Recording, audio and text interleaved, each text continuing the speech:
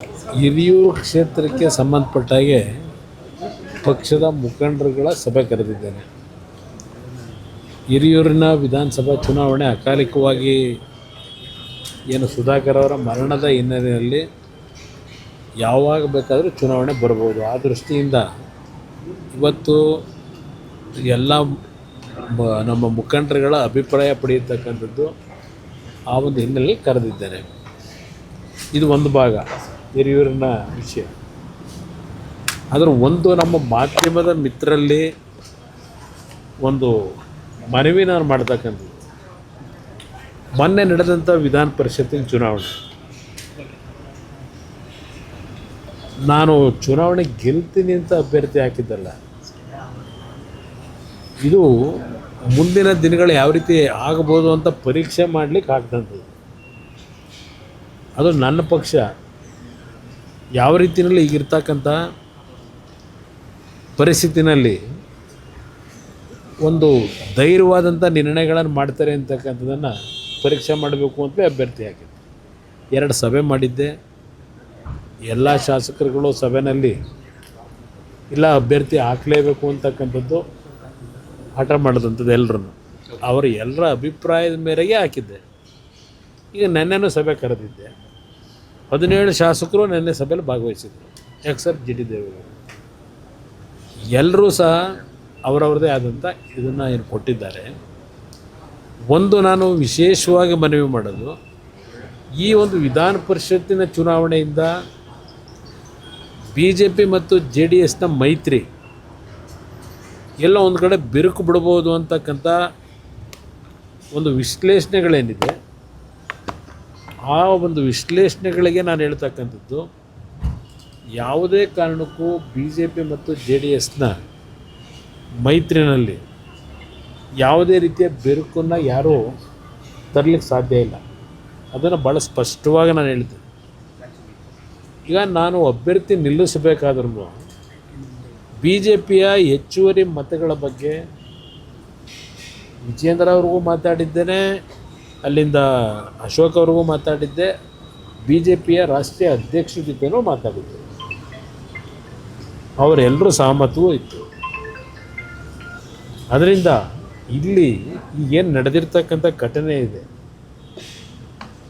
ಇದು ಒಂದು ನಾನು ಹೇಳ್ತಕ್ಕಂಥದ್ದು, ಕಳೆದ 3 ವರ್ಷದಿಂದ ಶಾಸಕರುಗಳು ಅವರವರ ಕ್ಷೇತ್ರಗಳಲ್ಲಿ ಜನತೆಯ ನಿರೀಕ್ಷೆಗಳಿಗೆ ಕೆಲಸ ಮಾಡಲಿಕ್ಕಾಗಿಲ್ಲ. ಜನತೆಯ ನಿರೀಕ್ಷೆಗೆ ಪ್ರತಿಯೊಂದು ಕಡೆ ಕಾರ್ಯಕರ್ತರು ಜನಗಳು ಕೆಲಸ ಆಗಿಲ್ಲ ಅಂತಕ್ಕಂಥ ಒಂದು ಅಸಮಾಧಾನಗಳು ಎತ್ತಕ್ಕಂಥದ್ದು ನೋಡಿದ್ದೇನೆ. ಅದು JDS ಪಕ್ಷ ಇಲ್ಲ BJP ಪಕ್ಷದ ಅಷ್ಟೇ ಶಾಸಕರ ಪರಿಸ್ಥಿತಿ ಅಲ್ಲ, ಕಾಂಗ್ರೆಸ್ನ ಶಾಸಕರು ಪರಿಸ್ಥಿತಿನೇ ಹಲವಾರು ಜನಕ್ಕಿದೆ. ಕ್ಷೇತ್ರದಲ್ಲಿ ಕೆಲಸ ಆಗಿಲ್ಲ ಅಂತಕ್ಕಂಥ ಒಂದು ಅಭಿಪ್ರಾಯಗಳೇನಿದೆ, ಅಸಮಾಧಾನ ಏನಿದೆ, ಅದರ ಹಿನ್ನೆಲೆಯ ಈ ಒಂದು ಚುನಾವಣೆ ಸ್ವಲ್ಪ ಪರಿಣಾಮ ಬೀರಿದೆ. ಈಗಿನ ಸರ್ಕಾರದಲ್ಲಿ ನೀವು ನಮ್ಮ ಪಕ್ಷಕ್ಕೆ ಮತ ಕೊಟ್ಟರೆ ನಿಮಗೆ 50 ಕೋಟಿ ಕೊಡ್ತೀವಿ, 100 ಕೋಟಿ ಅನುದಾನ ಕೊಡ್ತೀವಿ, ಈ ರೀತಿಯ ಟೆಂಪ್ಟ್ ಮಾಡಿರ್ತಕ್ಕಂಥದ್ದು ನನಗೆ ಗೊತ್ತಿದೆ. ಯಾತಕ್ಕೆ ನೀವು ಓಟ್ ಹಾಕಬೇಕು, ನಿಮ್ಮ ಅಭ್ಯರ್ಥಿ ಗೆಲ್ತಾರ, ನಾವು ಗೆಲ್ತಾರೆ ಅಂತ ಹಾಕಿದ್ದಲ್ಲ. ನಾನು ಹಾಕ್ಬೇಕಾದ್ರೆ ನಾನೇನು ಅಂಥ ಮುಟ್ಟಾಳನ್ನ 20 ವರ್ಷ ರಾಜಕೀಯ ಮಾಡಿ ನನಗೇನು ಗೆಲ್ತೀವಿ ಅಂತಕ್ಕಂಥದ್ದು ಆಶಾಭಾವನೆಯನ್ನು ನಾನೇನು ಇಟ್ಕೊಂಡಿರಲಿಲ್ಲ. ಏಕೆಂದರೆ ನಮಗೆ ಇದ್ದಂಥದ್ದೇ ನಮ್ಮ 18 ಮತದಲ್ಲಿ 1 ಮತ ಆಲ್ರೆಡಿ ಹೊರಗಿದ್ದರು, 17 ಪ್ಲಸ್ BJPಯ ಹೆಚ್ಚುವರಿ ಮತಗಳು 6 ಮತಗಳು ಅದು ಬರ್ಬೋದು ಅಂತಕ್ಕಂಥ ಏನಿಲ್ಲ. ಅದ್ರ ಜೊತೆಗೆ 30 ಓಟ್ ಅವ್ರು ಹಾಕೊಂಡ ಮೇಲೆ 4 ಮತ ನಮಗೆ ಬರ್ತಿತ್ತು. ಅದಾದ ಮೇಲೆ 30 ಓಟಿನ ಒಂದು ಟ್ರಾನ್ಸ್ಫರ್ ಏನಿದೆ ಅದ್ರ ಪ್ರಕಾರ ಇನ್ನೊಂದು 4 ಮತ ಬರ್ತಿತ್ತು. 8 ಮತಗಳು ಅಂದರೆ 17 ಪ್ಲಸ್ 8 25 26 ನಿಲ್ತಿದ್ದೋ ನಾವು. ಅದು ನನಗೆ ಗೊತ್ತಿತ್ತದು.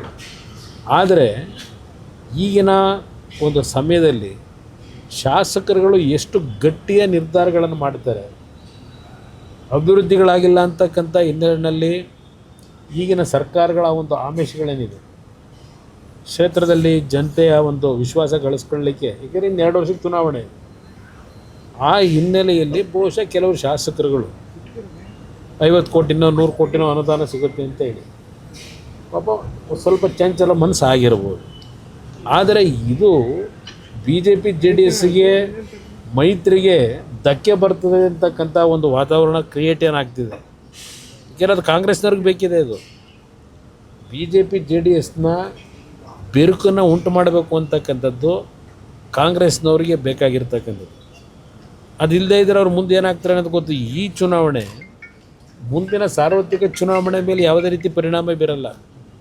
ಅದಕ್ಕೊಂದು ಉದಾಹರಣೆ ಕೊಡ್ತೀನಿ. 2017 ಯಾವೊಂದು ರಾಜ್ಯಸಭೆ ಚುನಾವಣೆಯಲ್ಲಿ ನಮ್ಮ ಪಕ್ಷದಿಂದ 7-8 ಶಾಸಕರು ಕ್ರಾಸ್ ಔಟ್ ಮಾಡಿದ್ರು, ಕಾಂಗ್ರೆಸ್ಸಿಗೆ ಮತ ಕೊಟ್ಟರು. ರಾಜ್ಯಸಭೆಗೆ ಚುನಾವಣೆ ಆದಾಗ ಏನಾಯಿತು, ಕಾಂಗ್ರೆಸ್ಸು 78-79ಕ್ಕೂ ಬಂದಿದೆ, ಸೋತರು. ಎಕ್ಸೆಪ್ಟ್ ಒಬ್ಬರು ಇಬ್ಬರು ಬಿಟ್ಟರೆ ಎಲ್ಲ ಸೋತರು. ಅದರಿಂದ ಈಗಿನ ಚುನಾವಣೆ ಸಾರ್ವತ್ರಿಕ ಚುನಾವಣೆ ಮೇಲೆ ಯಾವುದೇ ರೀತಿಯ ಪರಿಣಾಮ ಬೀರಲ್ಲ. ನಮ್ಮ ಮತ್ತು ಬಿ ಜೆ ಪಿ ನಡುವೆ ಯಾವುದೇ ರೀತಿಯ ಹೊಂದಾಣಿಕೆ ಕೊರತೆ ಇಲ್ಲ, ವಿಶ್ವಾಸದಲ್ಲಿ ಕೊರತೆ ಇಲ್ಲ.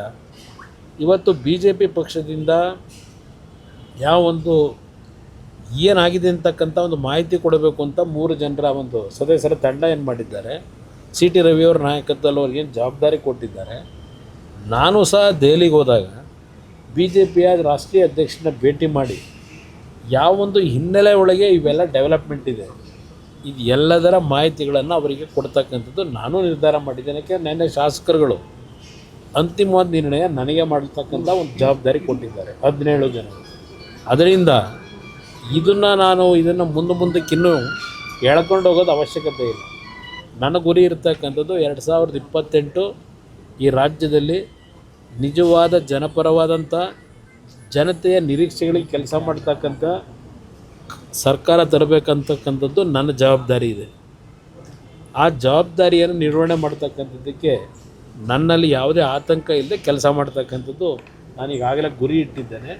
ಅದರಿಂದ ಮುಖ್ಯಮಂತ್ರಿ ಸ್ಥಾನ ಅವೆಲ್ಲ ಆಮೇಲೆ, ಮೊದಲು ಸರ್ಕಾರ ಇಲ್ಲಿ ಕೆಟ್ಟ ಸರ್ಕಾರ ಹೋಗಬೇಕು. ಯಾಕೆಂದರೆ ಈ ರಾಜ್ಯದ ಮುಖ್ಯಮಂತ್ರಿಗಳು ಎಲ್ಲ ಅಧಿಕಾರಿಗಳ ಸಭೆಯಲ್ಲಿ ಒಂದು ಮಾತು ಹೇಳ್ತಾರೆ, ಯಾವುದೇ ಕಚೇರಿನಲ್ಲಿ 10 ರೂಪಾಯಿ ಯಾರಾದರೂ ಲಂಚ ಕೇಳಿದ್ರು ಅದೇನೋ ಫೋನ್ಗಳು ಇಡ್ತಾರಂತೆ, ಇಮ್ಮಿಡಿಯೇಟಾಗಿ ಆ ಫೋನಿಗೆ ಬರಬೇಕಂತ ಮೆಸೇಜ್.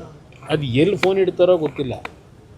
ಈ ಚುನಾವಣೆ ನಡೆಸಿದ್ರಲ್ಲ, ಈ ಚುನಾವಣೆಯಲ್ಲಿ ನಡೆದಿರ್ತಕ್ಕಂಥದ್ದಕ್ಕೆ ಇವತ್ತು 10 ರೂಪಾಯಿ ಅಲ್ಲ, ಅದು ಭಾಳ ನಡೆದಿರಬಹುದು. ಅದು ಯಾರಿಗೆ ಕೊಡೋದು ಕಂಪ್ಲೇಂಟು ತನಿಖೆ ಮಾಡಿ ಅಂತ? ಶಾಸಕರಿಗೆ ಹೆಲ್ಪ್ ಆಗಿದೆ ಹಾಂ, ಅಲ್ಲ ಅದರಿಂದ ನನಗೆ ಸಂತೋಷನೇ, ನನಗೇನದೇನು ಇಲ್ಲ. ಕೊನೆ ಕ್ಷಣದಲ್ಲಿ ನಿಮಗೆ ಈಗ ಪಕ್ಷದ್ರೋಹ ಮಾಡಿದವರು ಅಡ್ಡ ಮತದಾನ ಮಾಡಿ 2028 ಕೊನೆ ಕ್ಷಣದಲ್ಲಿ ಚುನಾವಣೆಯ ಸಂದರ್ಭದಲ್ಲಿ ಅಭ್ಯರ್ಥಿಗಳನ್ನು ಆಯ್ಕೆ ಮಾಡಬೇಕಾದ್ರೆ ಏನೇನು ನಿರ್ಧಾರಗಳು ಮಾಡಬೇಕು ಮಾಡ್ತೀವಿ. ಈಗಿನ ಒಂದು ಹಿನ್ನೆಲೆ ಏನಿದೆ ಅದನ್ನು ಗಮನದಲ್ಲಿ ಇಟ್ಕೊಂಡೆ ಮುಂದಿನ ನಿರ್ಧಾರಗಳು ಮಾಡ್ತೀವಿ. ತಕ್ಷಣಕ್ಕೆ ಸರ್, ಈಗ JDS ಇಂದ 3 ಶಾಸಕರು 4 ಶಾಸಕರು ಅಥವಾ 7 ಶಾಸಕರು ಅಡ್ಡ ಮತದಾನ ಮಾಡಿದಾರೆ ಅನ್ನೋದು ಬಿಜೆಪಿ ಹೇಳ್ತಿದ್ದಾರೆ. ನಮ್ಮಲ್ಲಿ 3 ಶಾಸಕರು ಅಡ್ಡ ಮತದಾನ ಮಾಡಿದ್ದಾರೆ. ಈಗ 7 ಶಾಸಕರು JDS 3, 7, 8 ಇದನ್ನ ಚರ್ಚೆ ಮಾಡಿ ಏನು ಉಪಯೋಗ? ಆಗೋಗಿದೆ. ಇದನ್ನು ಎಳ್ಕೊಂಡು ಹೋಗೋದು ಅನವಶ್ಯಕ ನನ್ನ ಅಭಿಪ್ರಾಯದಲ್ಲಿ. ಇದು ಭಾಳ ಬರೀ ಇದೊಂದು ದಿನದಲ್ಲಿ ನಡೆದಿದೆಯಾ? ಹಲವಾರು ರಾಜ್ಯಗಳಲ್ಲಿ ನಮ್ಮ ರಾಜ್ಯದಲ್ಲೂ ಸೇರ್ಕೊಂಡಾಗೆ ಇಂಥ ಸಂದರ್ಭಗಳಲ್ಲಿ ಚುನಾವಣೆಗಳು ಯಾವ ರೀತಿ ನಡೆದಿದೆ. ಈಗ ಇದೇ ನಮ್ಮ ರಾಜ್ಯದ ಮುಖ್ಯಮಂತ್ರಿಗಳು ಎಷ್ಟು ಬಾರಿ ಬೇರೆ ರಾಜ್ಯದ ಶಾಸಕರನ್ನ ಸೆಳೀತಾರೆ ಅಂತೇಳಿ ಪಾಪ ಇಲ್ಲಿ ಕರ್ಕೊಂಬಂದು ಆತಿಥ್ಯ ಕೊಟ್ಟಿಲ್ಲ.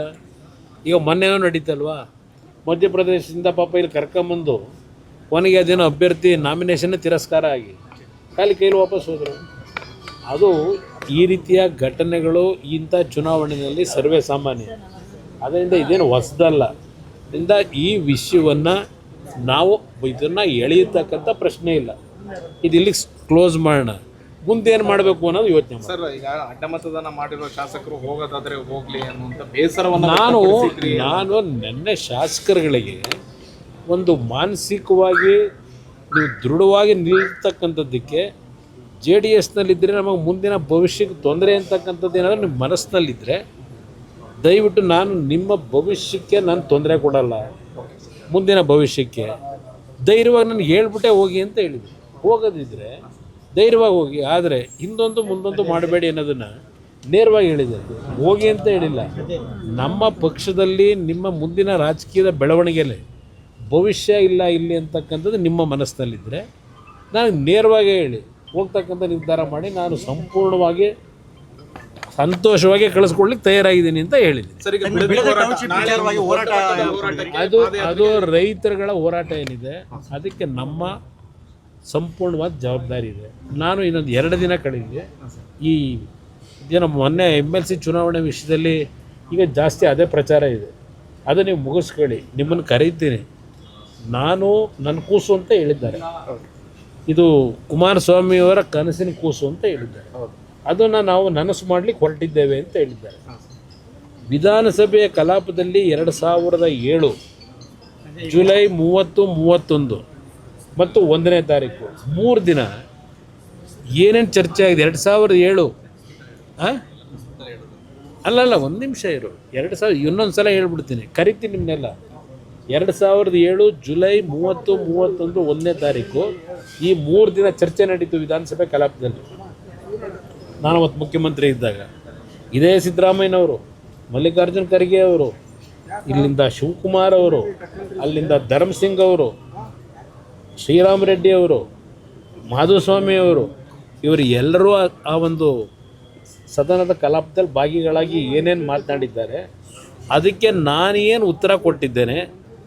ಬಿಡದಿ ಪ್ರಾಜೆಕ್ಟ್ ಒಂದೇ ಅಲ್ಲ, ರಾಜ್ಯದಲ್ಲಿ 5 ಟೌನ್ಶಿಪ್ನ ಹಿನ್ನೆಲೆ ಒಂದು ಕಡೆ, ಅದರ ಜೊತೆಗೆ ಕೇಂದ್ರ ಸರ್ಕಾರ ಆಗ ಇಡೀ ದೇಶದ ಎಲ್ಲ ರಾಜ್ಯದ ಮುಖ್ಯಮಂತ್ರಿಗಳಿಗೆ, ಸರ್ಕಾರದ ಚೀಫ್ ಸೆಕ್ರೆಟರಿಗೆ SEZನ ಯಾವ ರೀತಿ ಫಾರಮ್ ಮಾಡಬೇಕು ಇನ್ನು 60 ದಿವಸದಲ್ಲಿ ಅಂತ ಹೇಳಿ ಕೇಂದ್ರ ಸರ್ಕಾರ ಮನಮೋಹನ್ ಸಿಂಗ್ ಅವರ ಏನೋ ಒಂದು ಸೂಚನೆ ಕೊಟ್ಟಿದ್ದರು ಎಲ್ಲ ರಾಜ್ಯಗಳಿಗೆ. ಅದರ ಹಿನ್ನೆಲೆಯಲ್ಲಿ SEZನ ಒಂದು ಅನುಷ್ಠಾನಗಳು ಹೇಗೆ ಮಾಡಬೇಕು ಅಂತಕ್ಕಂಥ ಅಧಿಕಾರಿಗಳ ಮಟ್ಟದಲ್ಲಿ ಏನು ನಡೆದಿತ್ತು, ಅವತ್ತು ಏನೇನು ಅಪಾದನೆ ಮಾಡಿದ್ದಾರೆ, ಸತ್ಯಶೋಧನಾ ಸಮಿತಿ ಅಂತಕ್ಕಂಥದ್ದನ್ನು ಕಾಂಗ್ರೆಸ್ ನಾಯಕರು ಅವತ್ತು ಏನು ಮಾಡಿದ್ರು, ಸತ್ಯಶೋಧನಾ ಸಮಿತಿ ಕೊಟ್ಟಿರ್ತಕ್ಕಂಥ ವರದಿ ಏನು, ಅದರ ಮೇಲೆ ಇವರೆಲ್ಲ ಏನು ಮಾತಾಡಿದರು.